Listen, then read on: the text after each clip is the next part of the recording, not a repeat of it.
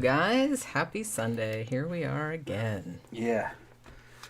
DJ Maniac and Ilsa, they met Starry Night last night. They sent me some photos. Let me see if I can put a picture up. Starry Night did a show in New York last night. They were telling me about that. What they were excited about doing that show when we saw them just a couple days back, actually a couple weeks ago. We saw them. That was beginning of October. Yeah. Absolution. Yeah, there's DJ Maniac, Ilsa, and Michael from A Starry Night. Yeah. Ilsa said it was so great I got home at 7 a.m. Holy shit, that was a good night. She said I think we met them all. I got a shirt, yeah. Yeah, Howard's the guitar player. He writes all the music. He's a fucking genius. He just I want a classic late 80s style song, you know, it's gonna be, and he'll fucking just the riffs, the sound, he knows all the sounds that how something should sound. He does it. He knows all shit backwards and forwards. He's real good. He's real into horror movies too. Yeah, real into horror movies. Like real kind of obscure horror movies. That's what I always end up talking to him about. Yeah. But you can name a pretty obscure band from our times when we were a kid, and he knows all the songs on the album and everything. Yep. He's one of those kind of guys. One of those kind of guys. One of those kind of guys. Yeah. Yeah, they're all really nice, I would say. I mean, they're also an awesome band, but they're all just like they're really nice guys. Yeah, so I'm going to go ahead and give a shout out to A Starry Night, and it's called ASTARINITE. All their stuff's here on YouTube, and really good albums. It's the kind of band you just listen to a whole damn album in your car or a CD in your car, and they're kind of addictive. Each one of them, each album got better and better as they went. Oh yeah, definitely. Yeah. I mean, they're all good, but yeah. They're all good, but they got better as they went. Yeah. Sometimes it's the other way around. They get worse as they go. Starry got better as it went. Yeah, Ilsa said, they were so nice. Yeah, they're really, really good. Yeah. They're really nice guys, too. Yeah. So, all right. So let's talk about this movie. Now, this is interesting because how we got on this whole kick, and it's definitely a kick because we're doing 2 more, like tomorrow and the day after, of these kind of similar 70s thrillers type thing. We were doing, I guess when we were doing the review of The Believers, right, from 1987, and I mentioned that it had been directed by John Schlesinger, who had also done Marathon Man. And then you were kind of like, oh, yeah, Marathon Man, we need to totally see that. And then Rob Levinson, friend of the show, sent us a DVD or Blu-ray of it? DVD. A DVD of it. Yeah. And so we said we would do a matinee, which I think we talked about it a little bit on the Sidetrack show, but I said, well, we'll kind of save it so we can kind of just concentrate more on that. You know what I mean? A lot of these old 70s flicks, if it's not totally remastered and redone for Blu-ray, it doesn't matter. Usually the DVD is about as good a quality as you want. If the quality gets any better, or the resolution gets any higher, the movie starts to suffer, actually, because they weren't filmed for real high resolution. Yeah. And this isn't really the kind of movie... Not that kind of movie, yeah. Yeah, this is like a thriller kind of thing. So it's not like a thing where it has these big sweeping vistas of landscapes and shit like that. It's not that kind of thing. It's a great movie. It holds up. It really does. I hadn't seen it for ages. And honestly... And I think this is true of most people that probably haven't seen it for a long time. Pretty much the only scene like most people remember is the dentist torture scene. Yeah. The is it safe scene. Yeah, is it safe? And that even like keeps coming up. That comes up on like scariest movie scenes and all this other kind of stuff.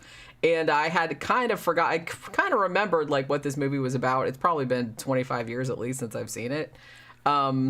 But I had forgotten, like, a lot of the little nuances, and I'd also forgotten how fucking star-studded this fucking shit was. Yeah, all-star cast. Man, everybody's done this bitch.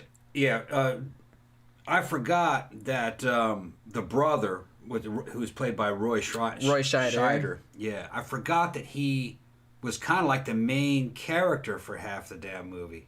He was kind of like... He's a major character. Yeah, he doesn't work for the CIA. He works for a company that the CIA uses, and FBI uses them too. They're contractors. They just called it, what they call it, the company, right? And they called the company, working for the company. Or they just had kind of like a generic name for it. And The edit is a little strange, especially the first 20 minutes. It's hard to kind of follow exactly what had happened. Some kind of secret mission happened, and I don't think I totally understand exactly what happened. The dude who got blown up with the box of chocolates in the antique shop. I don't really know how that was related. It was related to what's the main bad guy's name again? The Nazi guy. What was Zell. Zell. Yeah, it was Christian related to Zell. Christian Zell was his name. It was related to Zell and Sir Laurence Olivier. Yeah, which is they thought this was going to be his last movie because he was like on his deathbed, but he did so good in this movie. He said, "Fuck it, I'm gonna live another 13 years." Yeah, because I was like, he was in Clash of the Titans like several years after this, like in 1981. He played Zeus, and he looked all right in that one. We watched the extras at the end of it, and Dustin Hoffman was talking about it. He said that he was. Dustin fucking kind of, based on what he said, he believes what I believe, that your mentality has a lot to do with your health. And evidently, his health was getting bad. He had cancer and all kinds of other stuff. And because he was down in the dumps, he was dying. But because of the success of this movie, it reinvigorated him. He lived for another 13 years. Yeah, because, Laurence Olivier was their first choice. That's who they wanted. Everybody was the first choice. And they were talking about, like, the producers and stuff were like, that never happens. I mean, obviously. But it's just like, everybody that was the first choice, we got everybody we wanted. Yeah. But what ended up happening with Laurence Olivier, they wanted him, and he said he would do it, but then he got really sick. And then they were afraid that he wouldn't be able to do it. So I think for a little while, they thought they had Richard Widmark come in, and he was going to do it. But then Laurence Olivier got better, and so they actually were able to get him. And like you said, they thought he was on his deathbed, but then he ended up living, another 13 years 13 or something? years. And he was in a bunch of other movies like after that, too. And he had a lot of problems. Cancer, all kinds of problems with his joints. And I think he said varicose vein, real bad varicose veins. Or gout. Did he have gout? That's what it was. Yeah, gout. I think he he had couldn't gout. barely walk. But he really pulled it out playing Zell in this, who's just a great character. They made sure to, and, they were talking, when they were discussing how they were going to do this, they didn't want Zell to be a stereotypical cartoon type villain, just with the Nazi branding on him, you know what I mean? He was actually a complicated character. He wasn't really a Nazi because he had betrayed a bunch of Nazis. He was in the rat line. He was an ex-Nazi, but he didn't believe in any of that. It was just all about power and money. Well, he just wanted the diamonds. This whole thing, like I said, the whole thing revolves around a cache of diamonds that was stolen from the Jews during the Holocaust. Right. That actually Christian Zell and I guess his brother, who gets killed near the beginning, like in that road rage type situation. Yeah, that's right. That's kind of like the impetus for Zell coming to the U.S. because he had been hiding out in South America. Yeah. And so that's kind of how. The one thing, though, okay, so like the plot is really complicated. What you were saying about the edit at the beginning, you do really kind of have to pay attention because it jumps back and forth in location without telling you. Yeah. That it's like, obviously, like a lot of it's in New York. You have this scene where the brother of Christian Zell gets in this road rage type of thing with this other guy. Yeah. This other old guy. Yeah. It was actually a pretty good scene that just kind of showed, I guess you could say, just like the ethnic warfare between these two factions that were fighting back in the honky motherland, and they're continuing to fight here in New York, and they kill each other. That was a fucking quite a twist. They both die in that. One guy was calling him a Nazi, the other guy was calling him a Jew, and they fucking boom, they kill each other, and that's kind of what. Yeah, they ran into a fuel truck. Yeah, they ran into a fuel explosion. truck. Yeah, and that's what called Zell into the United States. Yeah. But Dustin Hoffman, his character's brother, who was working for the company, he said that we don't know what the problem with Zell was. Remember that? He says he was not a threat. They said he had been giving up other Nazis for decades. He was worked for them off and on. Remember?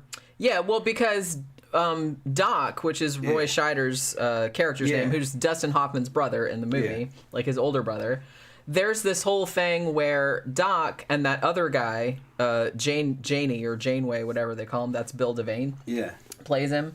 And they are essentially couriers. They're trading favors because Zell gives them the names of other like war criminals, like escaped Nazis and stuff. Yeah. In exchange for having the diamonds like brought to him when he wants them. So And remember, he's basically they let you know that, like I said, he's not a cartoon Nazi villain. He didn't give a shit about Nazis. He was turning them in too. And evidently it was like that back when the Nazis were around during the war. It was just a means of getting money and power. Well, yeah, he was just very mercenary. He was all just, about himself. Yeah, right. He was just very mercenary. And the CIA contractors went to him. They used him a lot, and he had special skills. And he didn't consider himself to be a bad guy in the way that you would. He considered himself to be this just artistic genius who was a dentist and good taste. And they make sure that you know that he thinks that about himself in the movie. Like Dustin Hoffman was talking about it in the extras. That, he's torturing you, but he thinks it's great. This is just part of his job. Well, Dustin Hoffman in the extras, he relates this thing. He's like, before they were going to shoot the very famous torture scene where he's in there drilling into his teeth trying to get information out of Dustin Hoffman's character. And I guess they had been thinking about it for a while, and Laurence Olivier wasn't sure how he was going to play it. And the story goes that Laurence Olivier saw, outside the hotel or wherever he was staying or whatever, and he saw this guy, a gardener, and he was, trimming roses. And he said this guy was just, you could tell that he was just so careful and, so meticulous. Yeah. And he was just, so into his job and, into these roses and everything. And he's and he kind of had this revelation that he's that's how I'm going to play that scene, where it's almost kind of he's taking a lot of pride in his work, torturing this poor guy. Well, I like that. I liked that touch, because in real good stories, the villain never sees himself as a villain, really. Well, that's kind of true of most villains, at least good ones, in fiction. Yeah, and that's just the way the world is. Everybody sees themselves as the good guy. Yeah, I mean, well, like I said, and Dave Conte says the fact that he was recognized near the end of the movie by a Holocaust survivor, actually 2 of them, tells you that he wasn't just some mercenary guy. He was later. Yeah. He did actually work in the camps, and he was infamous at the camps as being a torturer because they had a name for him. Yeah, the White Angel. Yeah, the White Angel. So he's kind of based on Joseph Mengele. Joseph Mengele. That's what I was saying. The same thing, they found Mengele's body, I think, during the time that my mother was stationed in Brazil. And that dude was another one that was just a mercenary. Mengele didn't give a shit about any of that. He wasn't a real Nazi per se. He was in there to make money and to have... Because people forget that they were in there doing medical research, and they were doing it for fucking big drug companies. Some of them ties to America. And they were just making a lot of money on stuff. And when they found Mengele's body, they did an investigation. He was basically married to a black woman. Brazil. It was just, those dudes just, a lot of those guys were not true believers in any of that. It was they just saw opportunities and took them. Well, and they were just, and they didn't give a shit. No. I mean, if they had to torture people or kill them. They were just kind of cold-blooded. They didn't give a shit about those people. Yeah, it was like that damn experiment where they're getting people to shock other people. If you've got a government above you telling you that, hey, it's okay to kill these people, we say it's okay. Then, okay. There's a lot of people that go along with it. Oh, okay, how much you going to pay me? All right, fine. And there's a lot of psychopaths like that. A lot of normal people will do it. That Milgram experiment, is that what it's called? Yeah. The Milgram experiment? Yeah, they were... Dude in a lab coat was just telling some dude to just shock somebody else. They couldn't see him. And they'd go along with it because it was an authority figure telling them to do it. I don't think it was the majority. I think about half people did. Half. Well, half didn't get, went partially, and then they were like, nah, I'm not doing this anymore. Anybody having to do with those camps, not only in Germany, but the camps in Japan, too, that they were doing, actually the Japanese camps in China, they were fucking psychos. They were psychos. Only a psycho could do that. They were kind of selected for that. Yeah. You know, a normal person couldn't do that. That's not who they were looking for. Yeah, they knew, they did psychological evaluations on guys, and they were looking right for the high functioning psychopaths who had the skills, and they were sent there to do those jobs. Woo! Yeah. Imagine that. But yeah, so what I was saying earlier about the first part of the movie, so, it starts in New York with that whole thing, which is kind of not, I want to say that that's not, it's not really important to the plot. It's the thing that sets the plot into motion. You know what I mean? The 2 cars hitting the hitting the truck or whatever. Yeah. That sets the plot into motion. But, so it jumps like from New York, and they kind of like follow Dustin Hoffman's character, whose name is Babe Levy. And they kind of go a little bit into his backstory, like about he's a PhD student. He's studying history, and he's studying like tyranny, like throughout history. And they kind of go into the backstory about like his dad, who I guess was investigated during the McCarthy era and ended up shooting himself. So there's that whole thing.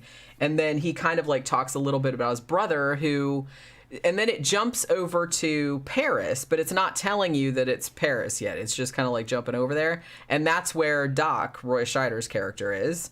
Yeah. And there's like some sketchy shit. Like I said, you really kind of have to be paying attention because, and I probably should have put the what do you call them, the closed captioning on, because a lot of the times, because I'm deaf as shit and I can't hear like a lot of dialogue, and if I can't hear the dialogue, then I don't have any like idea what's going on.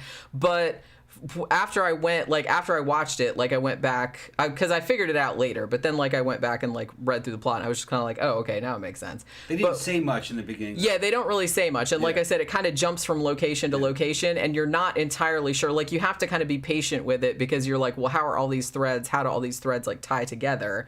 But then, like I said, you have to kind of like just wait, because it does all come together in the end. It's just that at first it seems like it's kind of like jumping around, and you're like, okay, well, I don't know how this has to do with that.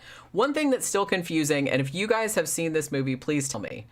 So at the beginning part, before Doc comes to New York, like when he's still in Paris, and he goes to the antique shop, right? And he talks to that guy, like the owner of the antique shop, and they talk about something or other. Now, forgive me if I'm wrong, but before he goes to visit that guy, Roy Scheider goes to like a chocolate shop and he buys like a box of chocolates. And then he goes back to his hotel room and dumps those chocolates out and puts in another one that looks like the same thing. And then he takes him to that guy, and I say, did he just poison that guy? But then like something blows up, but then like later on he's supposed to meet that guy at the theater, and when he gets to the theater, the guy's there, but his throat is cut. So I'm like, wait a minute. Well, then what?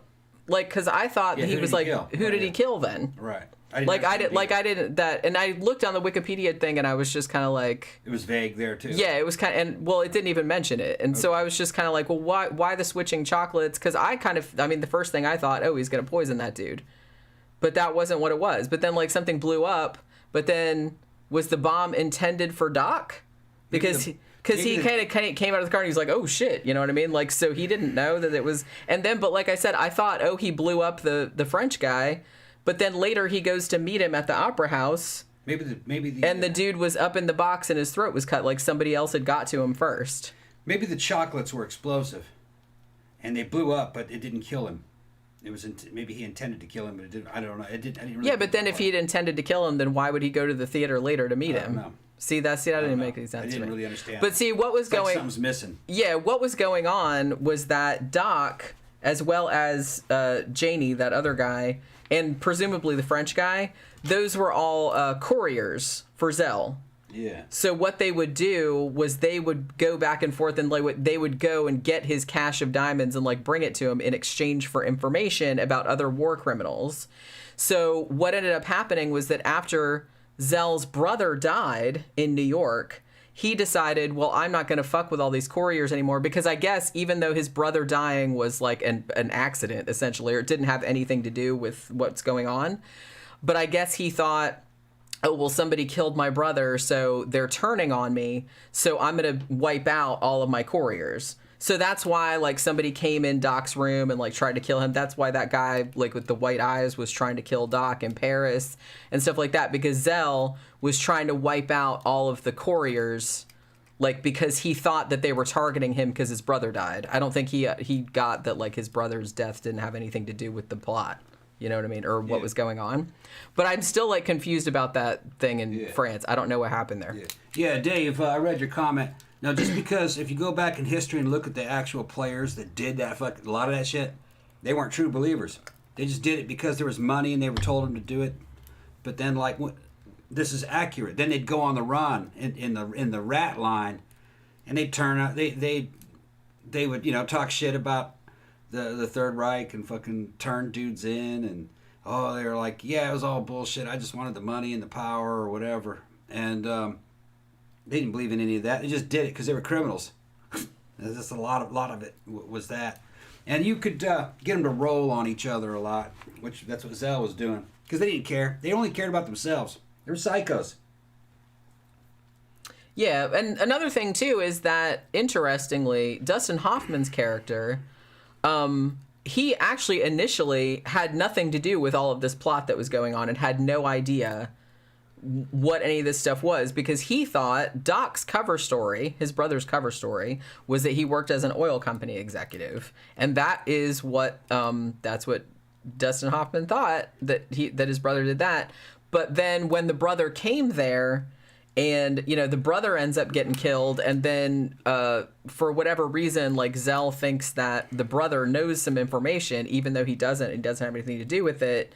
That's when he starts torturing him to try to get information. And that's kind of when all the other guys, like, you know, the guys that had been doing stuff for Zell or working with Zell, like, through the CIA or contract or whatever they were doing, that's when they started. Because Janey, that one guy, the guy that Bill Devane plays, he's kind of like a double agent. He's kind of like working both sides.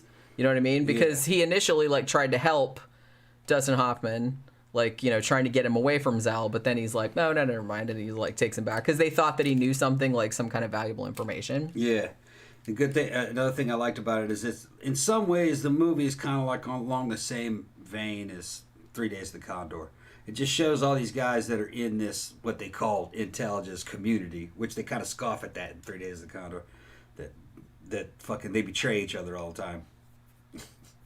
Pat Hatfield asked, I'd also like to know if this is based on a book. Yes, it is. It's based on the book by William Goldman, who has written shit tons of books and screenplays and shit like that. He's got a couple Oscars. He wrote All the President's Men. He wrote The Princess Bride. He wrote tons and tons of different stuff. Actually, like, before this book was even published, the producers bought the rights to it for like $500,000. Yeah. Because they said it's very, very rare. Like, even the guy that bought the rights was like, this is the best shit I've read since The Godfather. He's like, this almost reads like a movie already. And he's like, and we can't lose if we don't fuck it up. So it was so the book rights were bought before the book even was published. Now, William Goldman also wrote the screenplay. However, they changed the ending from the book. There's a couple different things in the book. In the book, one thing that's in the book that I think they only very, very briefly kind of imply in the movie is that Doc and Janeway, are gay lovers, okay? That's in the book. That's not really in the movie. I think there's one, like, kind of throwaway line that you could kind of read like that, but they took that out of the movie. The ending is also different.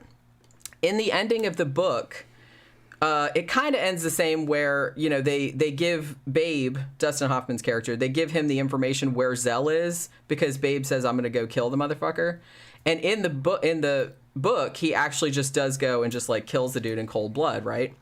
In the movie, Dustin Hoffman didn't really want to do that. Like, he didn't want it to end that way. And he kind of explained, like, why he didn't want, like, on the extras, they interviewed him extensively about it.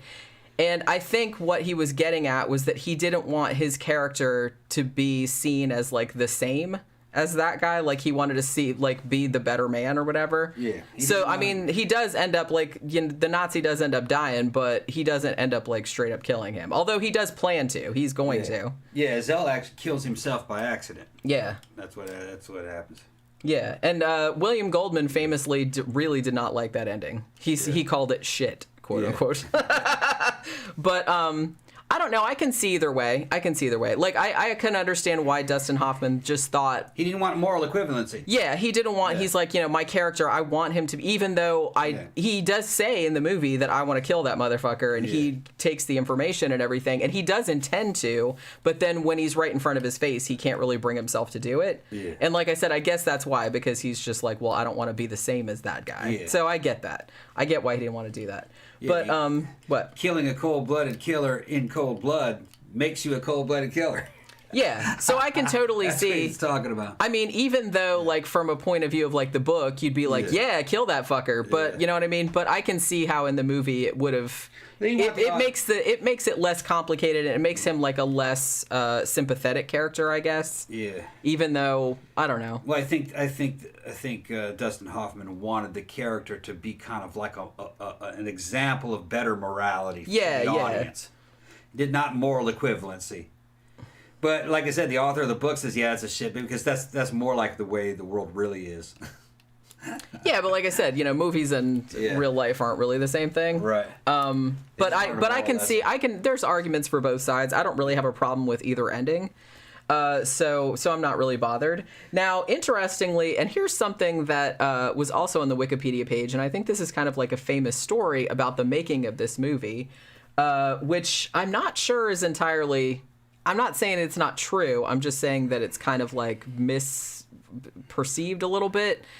I think that there was there's kind of a perception that Dustin Hoffman and Laurence Olivier didn't get along when they were making this movie, mainly because Laurence Olivier was very old school Hollywood, very theatrical. He had a Shakespearean background, yada yada, obviously.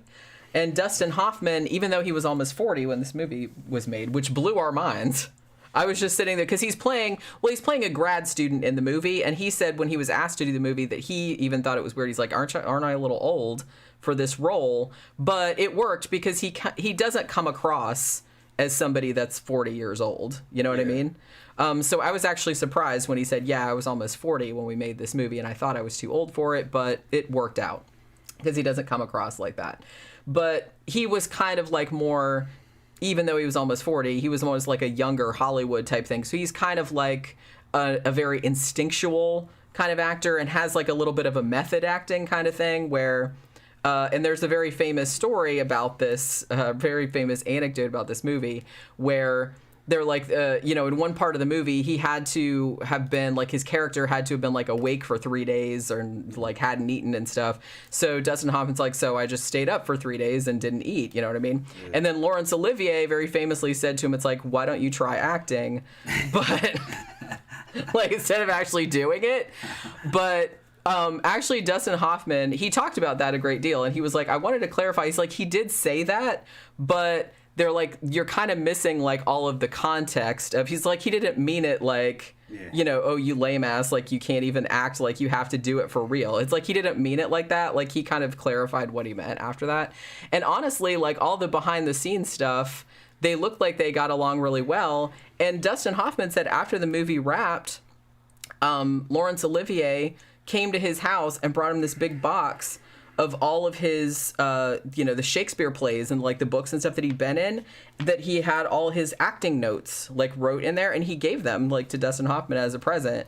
And even this many years later, like Dustin Hoffman's kind of tearing up, like talking about it. He's like, and he made a joke about how I think I want to be buried with these because it's like one of the most awesome things I ever got.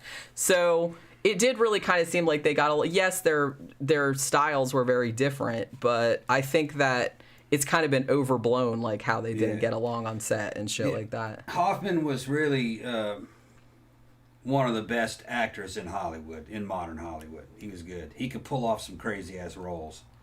And he wasn't a man for any old role, but if you had a crazy-ass role, like Tootsie or Rain Man, he would go all out to try to bring that role to the big screen. Now, as his career went on, the movies started to suffer. That really wasn't him. It was just casting, I think. I mean, he was doing something about pandemics that weren't all that great. And what was that one called? I can't remember what that one was called. I know what you're talking about. They just stopped offering him choice shit. He was starting to age out. He was much older than you thought he was when you looked at him. Yeah, because like I said, I was like, much really? Older. He was almost 40 in 1976? Holy crap. Yeah. I didn't realize. I guess I just thought, So he just kind of, he wasn't getting choice roles, so he just retired, that's what you do. Well, he had Outbreak, that was the Outbreak. Yeah, Outbreak. I remember that being okay. I remember that being okay. Anybody could have done that role, though. That's true. You didn't need Dustin Hoffman for that. That was just paycheck.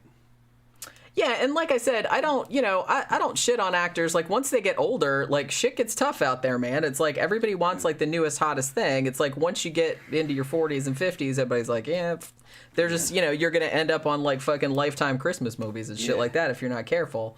So, unless you're, and I'm not saying there are, like, obviously some older actors that, still get a lot of, like, really prestigious work and everything like that. But in general... I remember one time where he said he wanted to play James Bond. Imagine that. Really? Yeah, a long time Wonder ago. If he did I ever say think that. it was him that said that. I don't know if that would work. Yeah, he wanted to be James Bond, but of he's course not British. He's not British though. No, he could fake it. He could, maybe he could fake it. That's what he was. But, although honestly, I can't really think of any. I'm sure someone will think of something, but I can't really think of an American actor that has very convincingly played a British person.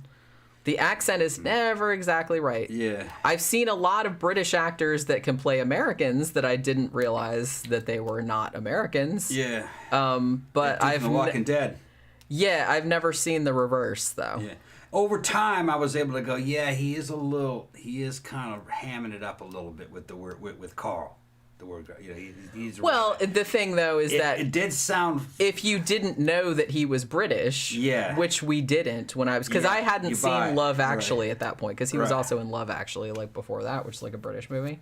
So I didn't realize that Andrew Lincoln was British. Yeah. So I didn't question it. You know what I mean? It didn't sound weird to me or anything like that. But like I said, it's really hard. That was supposed to be Mississippi, Alabama around that time, and if you listen. The difference between him and say who's the other guy guy who's really from Mississippi, guy who played Merle, Michael Rooker. Yeah, you can it reminds me of how different it actually is. Michael Rooker actually has the real accent. Well, yeah, because he's actually from there. Yeah, he's actually from Mississippi. But like I said, I mean, the one Andrew Lincoln did was pretty close. It was passable. It almost sounded something like Virginia, though. And honestly, if you just went up to him and he was talking like that, I wouldn't question it. I wouldn't be like, "Are you a British person masquerading?" No, that would never occur to me. It's just that it wasn't quite Alabama, Mississippi, more like Virginia. It's a little bit different. Maybe Texas. Something like that. Roy says there was a lot of films to do with whatever happened to the Nazis after the war type of films. Yeah, there were, like, particularly around that era. Well, it was just ripe for books and spy novels. It was a great, you know what I mean? They didn't get them all. A lot of them fucking. Yeah, so that's ripe for fiction. Right. And nonfiction, too. Love Dustin Hoffman and The Graduate. We need to get around to doing that one of these days because I really like that movie. We watched Midnight Cowboy last night. It's a great movie. We'll probably do that one Tuesday because we did it. We watched another one like that we weren't going to do in between. The more I thought about it, the more I realized how deep that movie was. The movie was very deep. A lot of symbolism in it. Mm-hmm. Yeah. And then sexual psychology and shit. Yeah, we're also bringing up Straw Dogs, which was also a fantastic movie, which is another one that we haven't done. God, there's so many that we haven't. Yeah, Gramthars Hammer was talking about Dustin Hoffman, ended up in Meet the Fockers franchise. You know what? I have not seen a single one of those, and I just feel like I probably never will. And I'm happy with my decision. Sheila Ann says he was self-conscious of his looks. Yeah. Yeah. I mean, I guess. I forgot about Boys from Brazil. That was another good movie. Yeah. Yeah, we need to see that one again, too. Gramthars Hammer said Renee Zellweger played Bridget Jones. I saw that, but I think her accent wasn't that good. It wasn't the worst, but she did not sound like a British person to me. It was okay, but I still knew that was not what she really talked like. Camp Guy said British folks are much better at doing accents. Yeah, I agree. Well, that's not really what it is. What it is that British actors actually come from the theater, from a very good training programs. American actors don't. American actors typically came from the Hollywood scene, which was mostly happening in nightclubs and cocaine-fueled fucking orgies. Like, and you got the part where, depending on fucking who you put out to and fucking how much coke you're willing to invest, shit like that. Hollywood was corrupt. It was a party scene. They didn't take it seriously. It was just movies. Yeah. Hoffman was he could act. There were a lot of them in the 70s that could act, but a lot of them didn't really survive the 80s too well. They slowly started to drop off. And Well, and Hollywood is fucking cheap. Well, and the thing about the late 60s and early 70s was kind of like an auteur decade where people were kind of willing to watch these sort of boundary crossing movies, you know, more art films, stuff like that. So I kind of feel like there was more opportunity if you were a really good actor to get into something like really critically acclaimed and stuff like that. Whereas when the 80s came along, everything was just kind of like cheap schlock or big like blockbusters. Yeah. So if you were just kind of like this actor, then, you know, there was still like a lot of indie movies in the 80s, obviously, but it wasn't as, I don't know, I just feel like in the 70s was kind of like the heyday of A lot of the best American movies, especially sci-fi and action type movies from the late 70s and into the 80s, they're movies that on a surface you say, yeah, it's an American movie, but if you look at the details, man, they were British. Like Alien 2 was a British movie. Aliens might have been British. That might have been done at those studios there. What, the first Alien? The first one. Oh, I can't remember. I don't think that was American. A lot of that stuff was technically not American. You had to go to England to get a lot of that shit done because those studios had real professional casts that fucking worked well and knew how things should look. You'd end up with something that was kind of aged and worn and would look realistic, you know, like the Star Wars used universe. You know, that's the British did that shit. Hate to say it. Well, probably the Americans wouldn't even have thought of that. No, American sci-fi, this shit look brand spanking new. Everything's like shiny. Damn cardboard. Yeah, it just wasn't really well thought out, and it would have cost a lot more in the United States because of all the palms you'd have to grease and the corruption and the scheduling wouldn't have worked. And when they made, you know, when Lucas made the first Star Wars, he didn't really know what he was doing either, you know, like, and it was going falling way behind schedule because they said it wasn't being run like a real, even though it was in one of those British studios, his directing style was just like something some kid from school would do. There was just bad fucking scheduling and fucking bad discipline on the set. And Lucas was kind of a failure his first couple movies. It took him, it took him a while to. I think Steven Spielberg whipped him into shape. I think Steven Spielberg is one. Yeah, probably probably taught him how to fucking make a movie. In a timely fashion. Yeah, quit fucking around, George. Yeah. George was a great idea man, though. Oh, yeah. Great idea. But like I said, not everybody's good at everything. Yeah. You know, you can be like completely brilliant at one thing and like suck at everything else. It's like, you know, that's just the way the shit rolls. My favorite movie of his, you know, was actually THX 1138. I think that was his best movie. That's a pretty fantastic movie. So have we done that movie? No. We've done it, right? No, I don't think so. I don't think we've done THX. I thought we'd done it. There's two of them. One of them he did for school, and the other one that got released to the big screen. I liked the one that was released to the big screen. I thought we had it. We have it. I don't have it. Oh, shit. It's been redone, and some, you know, he Lucasified it. You know what I mean? It inserted some scenes and some CG and shit, and fucking they CGI'd over the little dwarves, the little shell dwellers. They made them look non-human because I guess they didn't want to insult midgets or something. I don't know what it fucking was, but that they should have left those because he got that from Brave New World. In the Brave New World series, all the little D-level workers and everything were dwarves. You know, it made them small on purpose, and small with low IQs. They were like human robots, and it's a dystopian future. That's like some shit that they would do. Camp Guy says, I need to watch Midnight Cowboy and Dog Day Afternoon. Yeah, like I said, we watched Midnight Cowboy last night, so we're not going to do it tomorrow, we'll do it Tuesday. Midnight Cowboy. Because like I said, we have another movie we're going to do tomorrow that we also watched. Midnight Cowboy is a much better movie than I remembered. Now that I'm older seeing it, I understood it a lot better.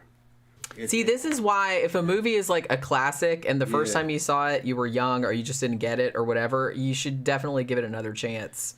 Every decade of your life. When you see when you're young, it's just some crazy flick about this dude, this cowboy from Texas who goes to New York to try to pimp himself out to old women, and he makes friends with this dude named Ratso, who's just exactly the opposite to him, a little ugly, fucking club-footed, fucking shell dweller living in a damn abandoned apartment. You know what I mean? He's just a totally untrustworthy con man. But there's a lot more to that movie. than that. It has to do with sexual psychology. It's not a classic for nothing. Yeah. I mean, you know. Right. And then as the story unfolds, they start doing flashbacks, and the flashbacks explain why this fucking dude from Texas why he's doing what he's doing. You know? It makes sense from his point of view if you had his background. But it ends up being resolved. Save it for Tuesday. Yeah, gotta save it for Tuesday. Yeah. Badass Domain says you guys should do Hook with Dustin Hoffman and Robin Williams. You know what? I haven't seen that in a really long time. I hated that movie when I saw it. Really? I remember like thinking, that was all right, but I don't. You know, like I said, it's been such a long time. I don't remember hardly anything about it. What I remember liking better was Robin Williams' Popeye. The live-action Popeye. I kind of liked that too. I remember liking it. But it's probably terrible. I don't know. Crazy. I remember it just being crazy. But I remember liking it. It's like I love Robin Williams, but I tend to like his later movies when he was kind of more like in a series because he could fucking act. You know what I mean? Oh yeah, he was genius. But it's just a lot of times like I think that as funny as his shit was like in the 80s. I don't know. Like nowadays, I think I'm too old because I'm just like, oh, dude, he's like so coked out. Can you just like kind of like bring it down a couple notches? But the shit was cool back then though. Robin Williams' best movie was fucking 1 Hour Photo, and that's almost like a goddamn horror movie. That was his best. You need to see Insomnia. Yeah, he played kind of like a similar role in that as well, like kind of a scary. Was he a serial killer? I kind of feel like he was a serial killer in that. Caroline Dyson says, we were talking about accents. David Morrissey's accent as the governor was awful on Walking Dead. Yeah. Now that I'm thinking, because he's a Brit too. Yeah. So he couldn't really do an American one all that. Yeah, that was a little weird. He did, he just sounded a little strange. Straw Dog 78 says, Robert Downey Jr. as Sherlock Holmes' accent was decent. Yeah, I remember that being passable. Gramthars Hammer says, worst accent in recent movie history, Jennifer Lawrence in Red Sparrow. She sounded like Natasha from Rocky and Bullwinkle. Oh my god, now I'm gonna have to see that. Yeah, Donald Pleasance was in THX 1138. Yeah. That's right. Yeah. And a lot of that shit in THX 1138 kind of came true over time. Everybody being on these SSRI inhibitors and whole cultures about buying useless things and worshiping commerce and how it's just fucking that's a badass movie. I liked it. They're just people living in a fake society, kind of like a more dystopic version of Logan's Run. Yeah, it's just a totally drugged up society. To evade drugs was to commit a criminal offense, and you couldn't have sex either. It was called a sex crime, and they'd fucking lock you up for it. But even the average person could escape from that prison. That was just a weird. People had such dependent personalities. They stayed right where you put them. It was a weird movie. Louis points out American Graffiti is a great movie by Lucas, and that was early in his film career. That was pretty good too. Yeah, that was good too. Kind of a slice of life movie. I need to see that one again too. Like I've seen all of these movies, but it's like it's been so long since I've seen them. It didn't make a big impression on me though. But it might now. Like I said, it might be one of those things that like needs time to like gestate. Yeah. You know what I mean? Because I've seen some movies. Well, I have the opposite thing too, where it's like movies I saw when I was younger, and I was like, "Man, this is the most awesome thing ever." But then like later I saw it, and I'm just like, "What the fuck was I even thinking?" Yeah. But yeah, then sometimes I see a movie like a long time ago, and I was just like, "Meh." But then I see it again, and I'm like, "Oh my god, that was awesome! What the fuck?" Some of them aged really well. Like Close Encounters of the Third Kind. I like that now than I like. Better. I liked it more now than I did when I did too. The first time I saw it, I was just kind of like, eh. Yeah, it's like okay. I didn't really care about it. But then, like when I saw it again recently, I was just kind of like, oh my god, it's like I totally missed like all of this shit that was going on in there. There's a lot of good dialogue in it. Funny shit happened. He's throwing the trees into the window of the house. He goes, I love that shit. The kid said something. Can we throw that in there too? You know, it was just funny shit. That was super I forgot funny. what the kid said. Kid said something funny, had me fucking rolling. Yeah, I can't remember either. Yeah, Serpent Surfer, this made me laugh. The Carry On series had better set direction than most American productions at the time. Yeah. I don't think, how many Carry On movies were there? Because I've maybe seen one or two of them. This is like a very long-running British film series. It's always like Carry On something, like Carry On Walking or Carry On whatever the fuck. And it's like always has a word at the end. And they're just kind of like essentially farces. They're usually like sex comedy type funny shit like that. It's from what I remember. Hollywood got better as it went on because it had to. Back when they had a monopoly over all the theaters and basically, you know what I mean, they could basically get away with murder. Television came in and it started to, you know, hurt their profits. They had to get a little bit better. You had to do better than television, which that went on for a while. But now that a lot of these series are so good, and you got Silicon Valley involved in making movies and funding fucking all these indie films that are great, you know what I mean? Great indie films that are happening. Hollywood's playing catch up, man. You can't fuck around like they did back in the day. It's got to be efficient. You can't waste money. And Hollywood just wastes money or lie about how much they spent because there was a bunch of shenanigans going on, tax evasion shit and laundering money through movies, and sex trade was happening through movies and shit. Just look at the Weinstein thing, you know what I mean? If you have the power to give a woman a job and that job would make her $1 million or $2 million, these guys would go, oh, well, yeah, I'm going to give you this job and you'll make $2 million, but you're going to have to blow me. Oh, and by the way, blow him. And that one, blow that one over there. And that was kind of going on all the way back into the 20s during the silver screen era. It's kind of where actresses got the reputation for just being hookers, which they kind of were. And that kind of went on into the damn fashion industry. Celebrities and rich guys didn't go to the damn escort services. They went to those modeling agencies. Modeling agency was just an escort service for fucking rich dudes. Sad but true. Badass Domain says, would you guys review Convoy, Smokey and the Bandit, and the Cannonball Run movies? Yeah. We might get around to that because honestly, when I was a kid, I used to love Smokey and the Bandit and the Cannonball Run movies. Yeah. This is kind of related. The other night, I actually watched the Riff Tracks version of Breaker Breaker, the early Chuck Norris film. Wow, that movie is painfully bad. Really bad, yeah. But super fun with the Riff Tracks commentary there. But wow, what a stupid fucking movie. I remember Cannonball 1 and 2. I remember them being as like star-studded. Yeah, everybody was in that. Everybody was in them. They were like laugh a minute is the way I remembered them, and they were just kind of like, they were kind of epic in a way, but they were also like really, really corny. And they were supposed to be corny. It wasn't supposed to represent. And then I remember Smoking the Bandit being pretty corny too, but for some reason we liked it. You know, I don't know why. I guess there was something kind of charming about it. Yeah. You know?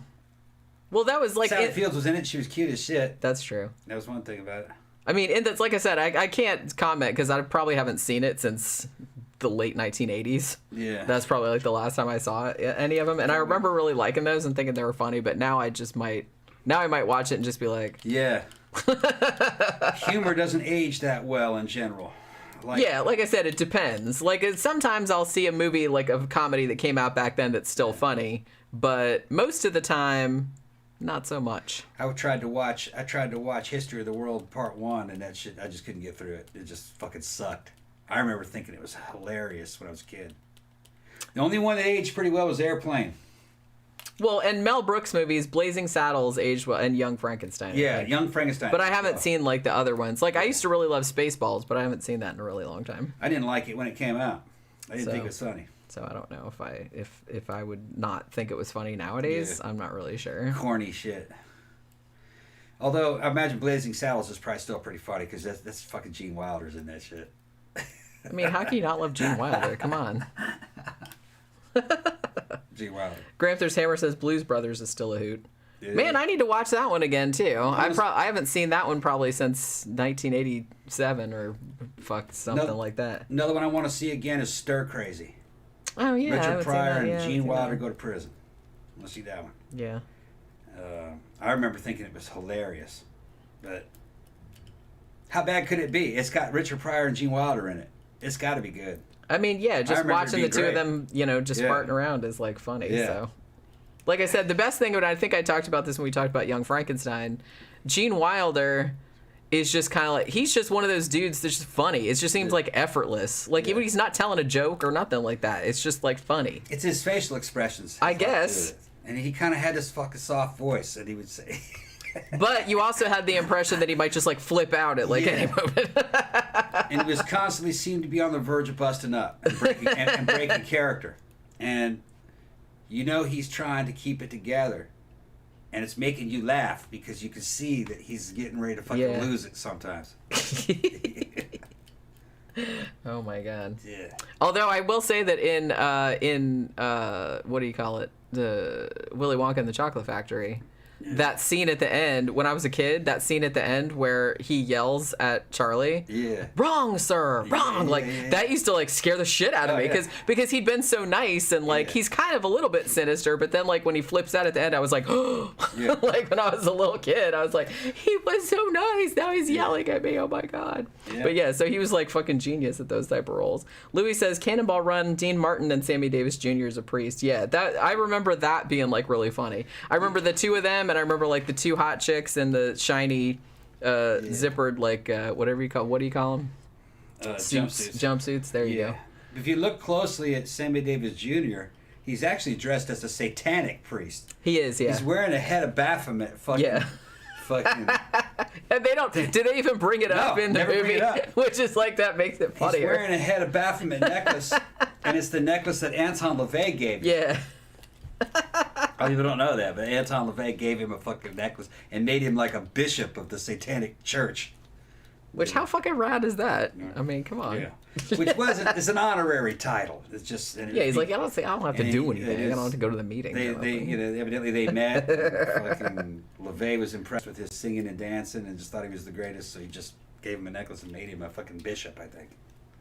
Well, thank you very much. But he thought it was a fucking trip, so he wore it in Cannonball Run. Gramthars Hammer said, I was Mike TV in a local production of Charlie and the Chocolate Factory when I was 12. Mary Lynn Rice Cub was an Oompa Loompa. Really? Yeah. Yeah. Is that true? I hope it is. That was before I knew her. Was she like the head Oompa Loompa? Mm-hmm. Was there even a head Oompa Loompa? Not really. No. They were all kind of... They were all about to say. It was all democratized. Oh my goodness, Pokey. All right, are we done talking? Yeah. All right, so again, thank you, Rob, for sending us Marathon Man. Like I said, the DVD is good. It's got like a behind the scenes thing from like the time period, sort of like the 70s, and then it has one from, I don't know how old the other interview that they have is, but it was after Laurence Olivier died, but Dustin Hoffman looks old, but like fairly young, so I don't know, maybe it was from like the early 2000s or something like that. But yeah, it's an awesome movie. Really good 70s thriller. If anybody's read the book, let me know if that's any good, because like I said, I've heard it was a lot different. I've read some of William Goldman stuff, but not that one. Let me tell them, we also, because you guys might want to watch it before you see the show, we saw Capricorn 1. We're going to talk about Capricorn 1 tomorrow. It's free on Amazon Prime. And it's a good one. You got to check it out. I had forgotten how good that movie was. Yeah. It's super fun. A lot of fucking twists that threw me. It's not about faking the moon landing. It's about faking the Mars landing. But that's just the beginning. Same kind. Yeah. But yeah, so that's the one we're going to talk about tomorrow. And then we'll do Midnight Cowboy on Tuesday. Yeah. Because those are the ones that we've been watching over this weekend. All right, so thanks everybody for dropping by. And we will see you guys again tomorrow.